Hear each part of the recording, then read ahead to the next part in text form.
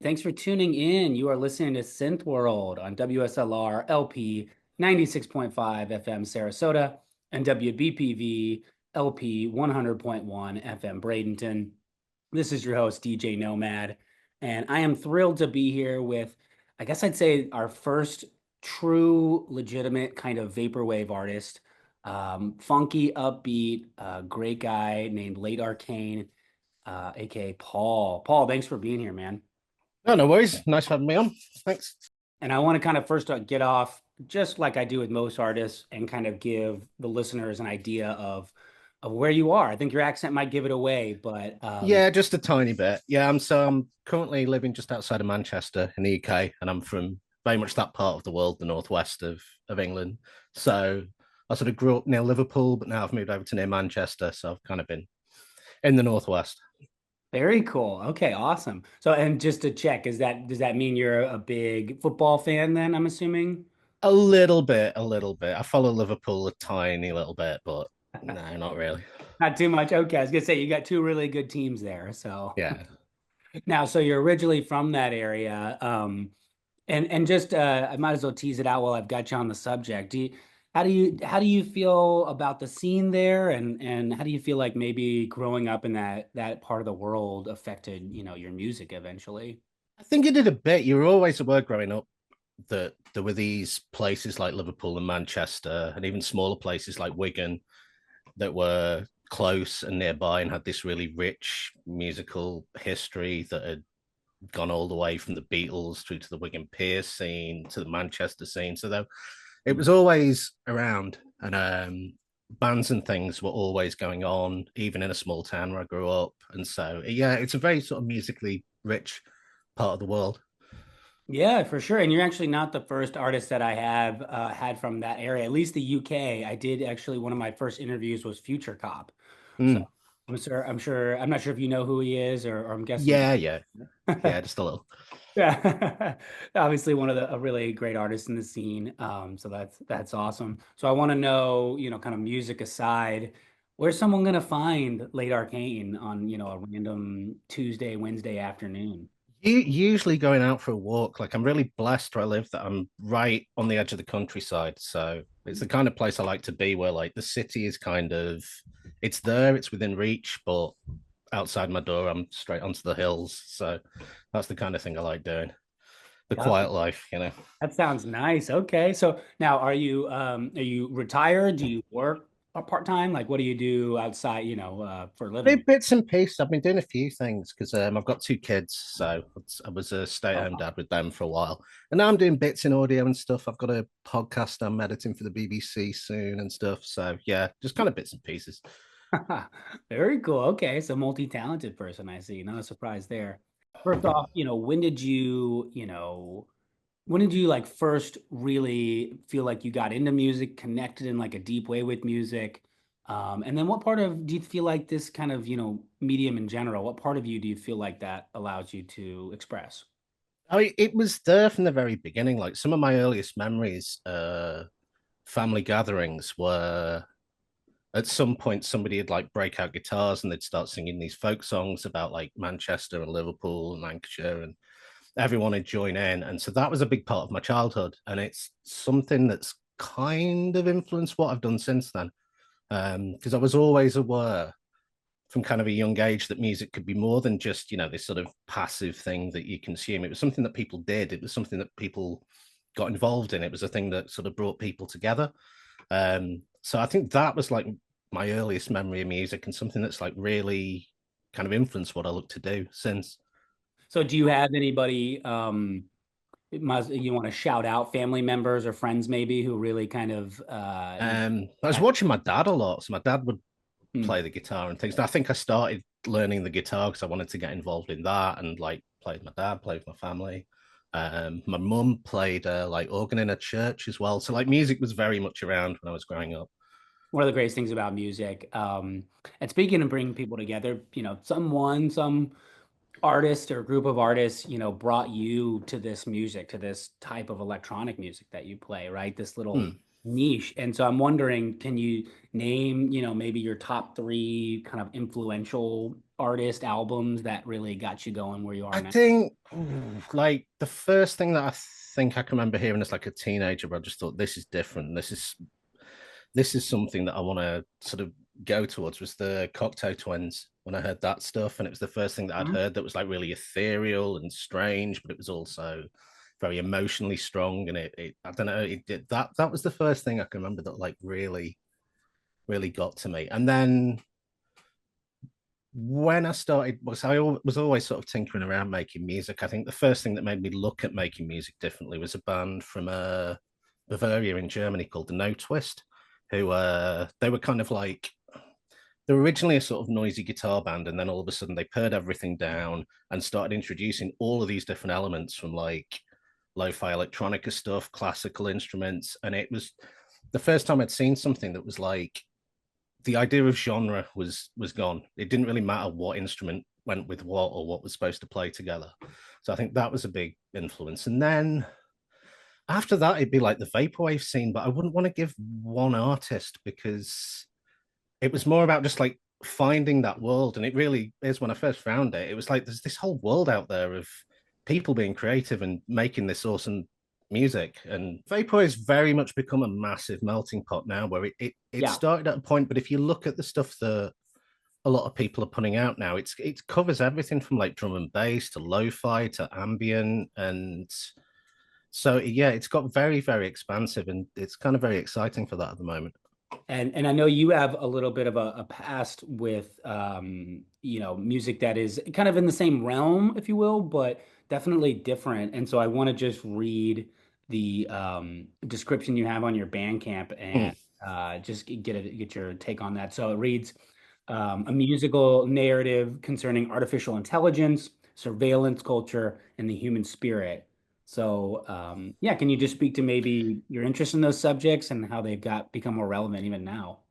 Well, when I'd started making these tracks and I was getting involved with Vapor Realm Live.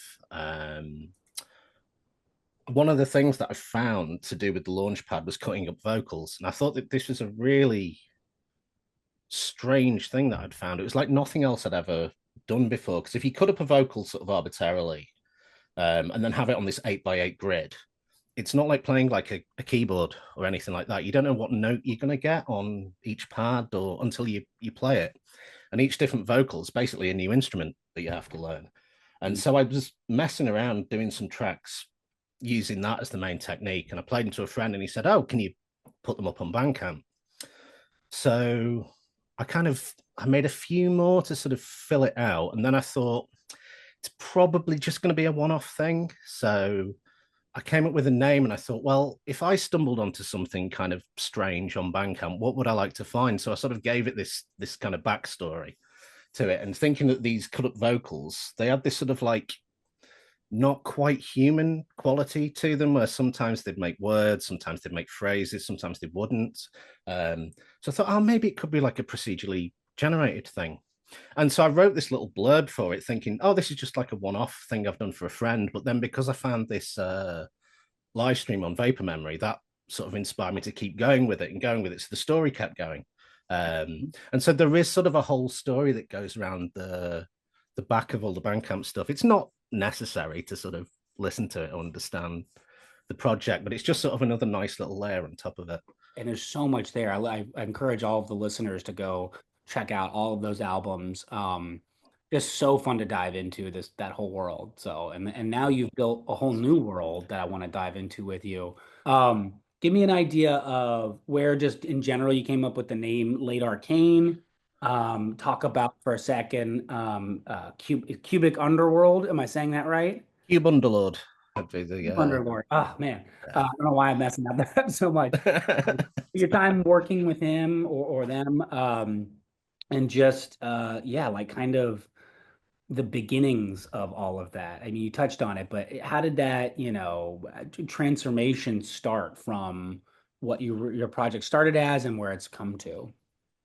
But with the name, so that the sort of backstory to the whole thing was this thing about artificial intelligence and basically this app that could procedurally generate music for you and kind of soundtrack your life, which I quickly realized would have to take so much data from you. It would be the most invasive, evil thing ever. So I thought, right, how about a sci-fi story where there's some people trying to sabotage this thing? And so I thought, kill technology, kill dead, late. And then for technology, I thought there's a quote that it's misattributed to Arthur C. Clarke. It's not from him, but everybody thinks it is. I thought it was. It's every sufficiently advanced technology would appear as magic. And so that gave me magic. So magic, Arcane, and that put like Arcane together. So that's where the name came from originally. And so, yeah, so after I'd started and I was basically doing the stuff you heard on the Bandcamp, but a lot of the people that I was hanging around with and the music they were making, it was all of this more traditional vaporwave stuff and a lot of this like single sample edit stuff. And a lot of it was very sort of conceptual. A lot of it was very, very experimental. And which, to be honest, were things that I didn't really have any confidence in. So one of the first people that I really met in the scene was Cube Underlord, and she made like really, really sort of high concept kind of stuff that I was incredibly impressed with. She runs a YouTube channel called Sigmund Generous as well, which is it's a big like archive of sort of vaporwave stuff, just internet music. She's very, very knowledgeable about sort of the history of sample-based music, underground music, things like this. So she became a bit of a mentor, really, and she was pretty much the one who encouraged me to start doing more stuff with sample-based music. So she's had a big hand in a lot of the stuff I've done. Like a lot of ideas I had in like an album called Extravagance came from like conversations that we had about taking things from like different time periods and mashing them together and sort of playing with the idea of like, when was this made? Was it made now? You know, what happens when you take like K-pop and mix it with 80s pop, or you know, Bollywood strings, or all these, what happens? So that she's always been like a huge inspiration behind the stuff I've done. And as well, we've collaborated, I think, 3 times now. We've done 2 albums of Echo Jams. And then, yeah, I've done some work on some first stuff as well. So, yeah, she's been a huge influence on what I do. Sounds like a good person to bring on the show next. Yeah, she's fascinating.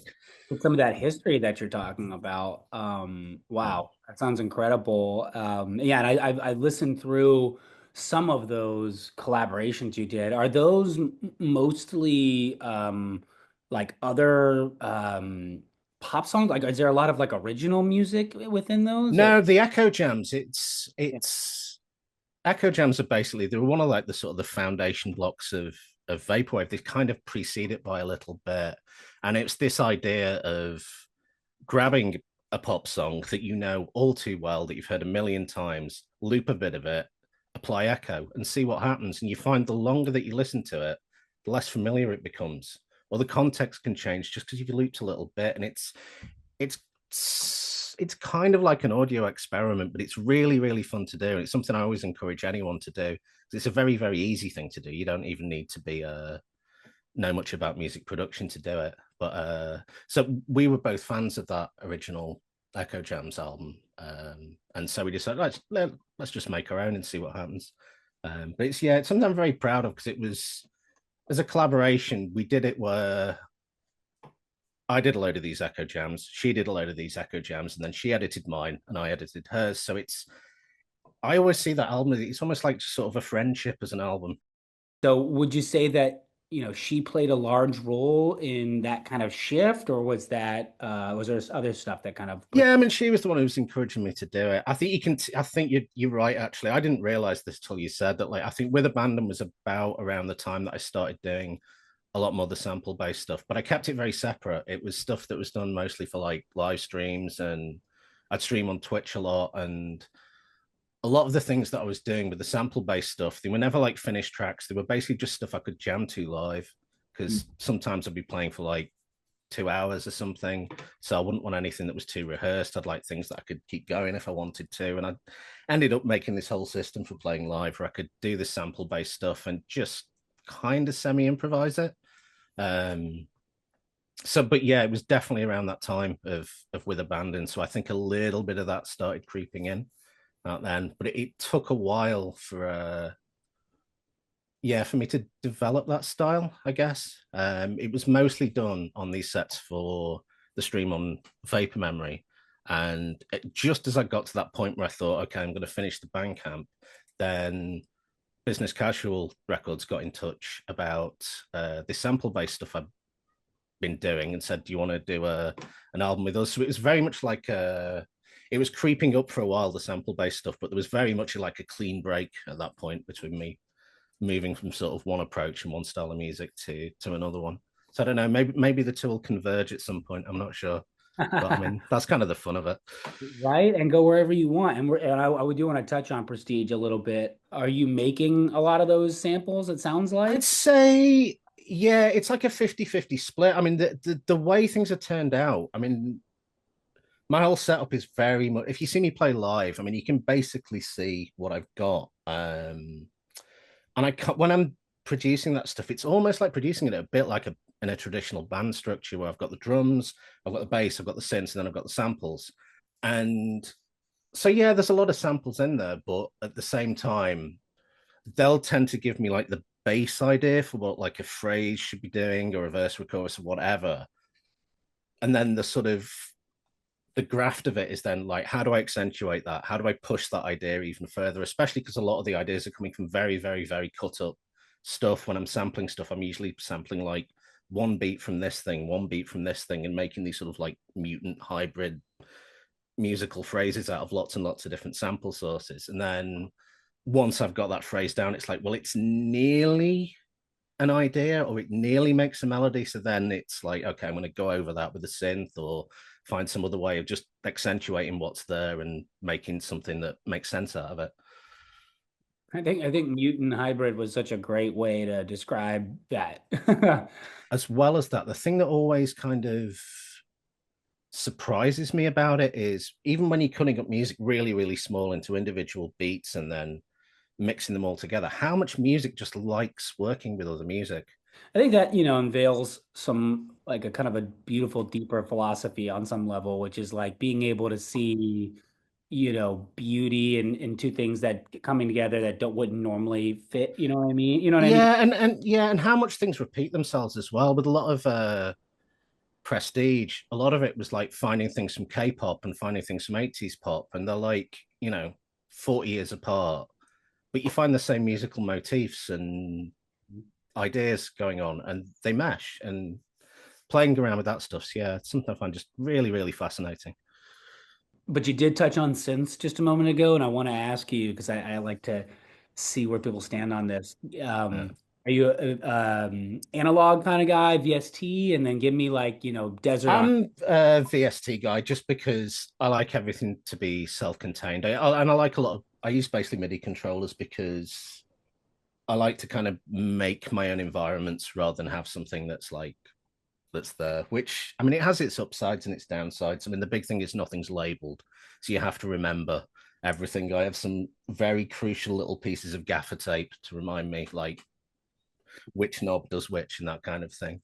But I mean, for VSTs, I mostly use the Roland Cloud stuff, Ableton sampler, and just making my own patches in that a lot of the time. And I'm just hunting around looking at sample sources. If I ever sort of hear like a purish tone, I'll just grab it and then make a sampler patch out of it. So something like the track California Girl on Extravagance, the intro of that I think that tone that's getting played at the start, it's from a commercial for insurance or something.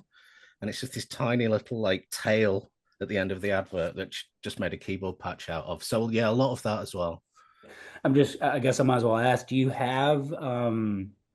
you record your own vocals sometimes? Do you ever have like an artist you have sing for you on tracks or anything like that?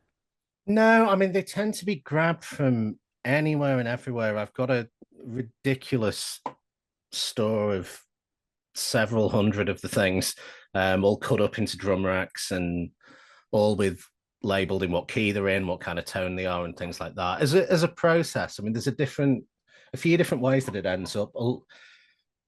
With a lot of the stuff, especially the Bandcamp stuff, it's literally just cutting up a vocal, putting it in a drum rack, playing it on the launch pad, and just seeing what happens, which is a very kind of, it means that I don't really know what I'm going to get. And a lot of the time, it just throws up really strange ideas that you wouldn't normally do if you were like composing a melody on a keyboard or whatever. You'd maybe never think of this. It's a fun process. Where it gets difficult then is, say, I've got a melody, but then I can hear a counter melody in my head. When you have to do it to order like that, that can take an awful long time. I mean, tracks like Confidence off Extravagance or like Vanishing Act off Prestige, you're talking like weeks, months, and months, and just constantly keeping your ear out for anything that you hear that might be, oh, that might be that, like that right word at that right pitch. And So I know I'm somewhat of a noob in this whole kind of area, but I know shoegaze and dream pop are kind of play an influence on you, and definitely you can hear it in some of your music. I feel like Prestige almost has like a lot of that stuff in it. Maybe I'm thinking of the wrong stuff, but for someone who's like trying to get interested or is kind of at the beginning of understanding shoegaze and dream pop, any recommendations for I artists? mean, I was talking about this with someone last night, and about like shoegaze albums we like. And I think the conclusion we came to is don't listen to Loveless by My Bloody Valentine, because everything else just seems like a level below.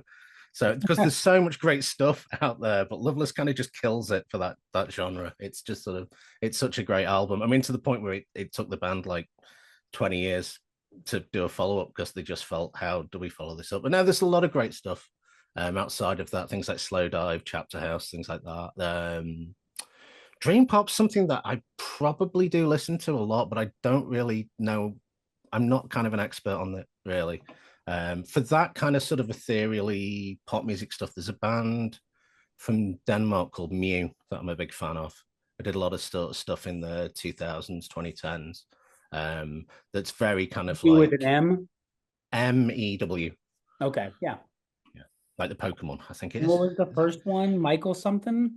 Uh, for Chapter House, Slow Dive, I'd say My Bloody Valentine. Oh, My Bloody Yeah, Valentine. Valentine. Yeah, I mean that's sort of like the sort of gold standard of all that sort of stuff, I'd say. Very cool. Okay, thank you. You've given me some artists to check out. Mm. We'll get back to you on some of that. And so, I also wanted to ask you about, it seems like maybe what you listen to helps do this, but you've touched on some of the production techniques that you have that are, if they're not unique, they're at minimum not as used. But uh, what is your best advice for someone who's a producer who is struggling or really wants to keep, do something fresh and Mm. really want to be more importantly like genuine to themselves? What's your advice for that? Just give yourself as many opportunities as you can to do things that are different. Like never really set what you do in stone too much. I think with what I do, I've got like a general framework and a lot of stuff that works, but I'll know occasionally when I hit a rut and think, right, okay, I'm just making the same stuff over and over. And so I need to do something different. And it's just making sure you've got enough little avenues like that you can go down and find something new. So earlier this year, I started making a load of stuff that was just kind of keyboard based, with just synth based, and did that for a bit. Not because it's going to go anywhere, I'm going to put it out. It was just something to do to sort of refresh the whole process and sort of approach things from a different way. And yeah, and don't think that everything you do has to be something that is going to be released. I mean, I've got so much stuff that isn't. That's, yeah, just experiment, try things out. I want to talk about your most recent release. This was back in December of last year, if I'm not mistaken. Yeah. Prestige. Where does that leave us in this whole twisting evolution of late Arcane? So Prestige was probably the hardest thing I've had to make, because I think before that, because everything I'd done was involved with like live streams and things like that, everything always made sense about where it was going. Whereas with Prestige, a lot of that stuff had finished. So I kind of struggled with that one for quite a while to kind of get that grip on it. Okay, what is this project? So it did take a while. I think what I found with is it that I just needed to switch up my approach, like we were just talking about, and do things that were different. So there's a lot more compositional stuff on Prestige. Like a couple of tracks on there are literally just composed. There's a few like samples over the top to make it sound like it's sampled. Um, so there was a lot more of that on it. And so I think like going forward, that's probably something I'm going to be doing more of, like less of letting the samples lead the way and more of letting them sort of give the color to everything, and do more stuff with like I used to do on the Bandcamp, which is a lot more sort of like compositional, because I kind of miss making that stuff after doing like 2 or 3 albums which are mostly just sample based kind of things. Yeah. So you're talking about letting the composition kind of lay the foundation and then letting the samples kind of complement, if you will. Yeah, that kind of thing. But Yeah. I don't know. I mean, the thing is with any new project, I mean, I'm working on the next one at the moment, and whenever I'm doing a project, I never kind of have too much of a grand idea of what it's going to be. When I first start, it's more, okay, I've got a vague idea, maybe some ideas of elements I want to use or direction I want to go. And a lot of the fun and the interesting part of doing a big project like that is just letting it go where it wants to go. I think with every one of like the business casual albums I've done, they all ended up pretty different to what I thought they'd be at the start. And so when I'm making something, I always want to just, I don't know, see where it ends up and let it get its own momentum, because momentum's quite an important thing when you're making a long project. Definitely. And I mean, I think that shows some maturity on your part as well, right? Which is allowing the project to become what it is going to become instead of trying to force it to be what your original idea. Yeah, I mean, especially when you're doing like sample based music, a lot of the time you have to stay out of the way, um, and let the ideas just come through and let your own biases come through. I mean, I know with when I did the first business casual albums on there, there was a couple of tracks on there that I would have never thought that'd be the kind of thing that I'd be doing for it, but the ideas started cropping up, and I thought, yeah, okay, that's where we're going now. It's yeah, I quite like that approach. I think if I tried to make things exactly how I wanted them, you just never finish anything, really. Yeah, for sure. I think that's a great, another just kind of piece of wisdom to impart on any of our younger producers who are listening. People are starting to get into it. So before we kind of just dabble in your newer project that you're working on, Prestige though, before we leave this project, because it's an amazing album, what would you say are your like top three favorite tracks or most emblematic tracks of the album? Um, for that one, I mean, I usually think about like how much do I enjoy playing them live. I think Gimmick is a big one. Because Gimmick started off pretty much like a sort of, I was saying like sometimes I just want to do something different and just to kind of clean my palate or whatever. That track started off really as a kind of chill wave kind of thing and was like way faster in tempo. So then I slowed it, decided to see what it was like slowed down, and it really worked. Threw a random sample on it, and all of a sudden this track came out of nowhere. So I'm a big fan of that one because it just, I didn't even think I was making a track when it appeared. So that, I think Highwire, I'm a big fan of, especially playing live. And Prestige, the final tracks, that's one of the compositional ones, and that one was kind of, it was almost like written to order, where I knew I needed an album closer. Album closers are a thing. You need the right kind of track to do it. So a lot of it was like thinking, okay, what kind of track do I need here? And then just sitting down and finding an idea that I liked. So yeah, the final track's a big favorite. Yeah, that was one of my favorite tracks on the album for sure. And you got it, I feel like the beginning and the ending, right, are the two like really important things to hit, Mm, right? Um, yeah. so yeah, that's awesome. I really love the album. Listeners, go check out all three of his most recent releases, all of his music in general, but Prequel, Mm. Extravagance, and Prestige. Just I feel like really great examples of how this genre is moving forward. So, and we finally come to the time where I want to get to finally ask you about those live streams, your performances. I know you can perform. I've seen it. I mean, it's really quite honestly fun to watch, and I'm thrilled with how many you've put out there for everybody to watch on YouTube. So, what are your plans going forward with that, and do you have, plans to play in front of audiences at some point, like in person? Possibly there's a couple of things at the moment that are being talked about, but it's finding exactly the right thing. I've done a couple of gigs in Manchester already, but they were more kind of like gatherings of friends, and that they were really good to do. But, not the kind Sure. of like typical kind of gig environment kind of thing. Like a lot of the people that I knew from around Manchester were all streamed during lockdown. We got together at the end of it and were able to actually do it in a venue and like actually meet each other for the first time in like a year. So that was one of them. And then I did another one as well. So I don't know at the moment. It'd have to be the right kind of opportunity, I think. But yeah, maybe a couple of things in the might be in the offing.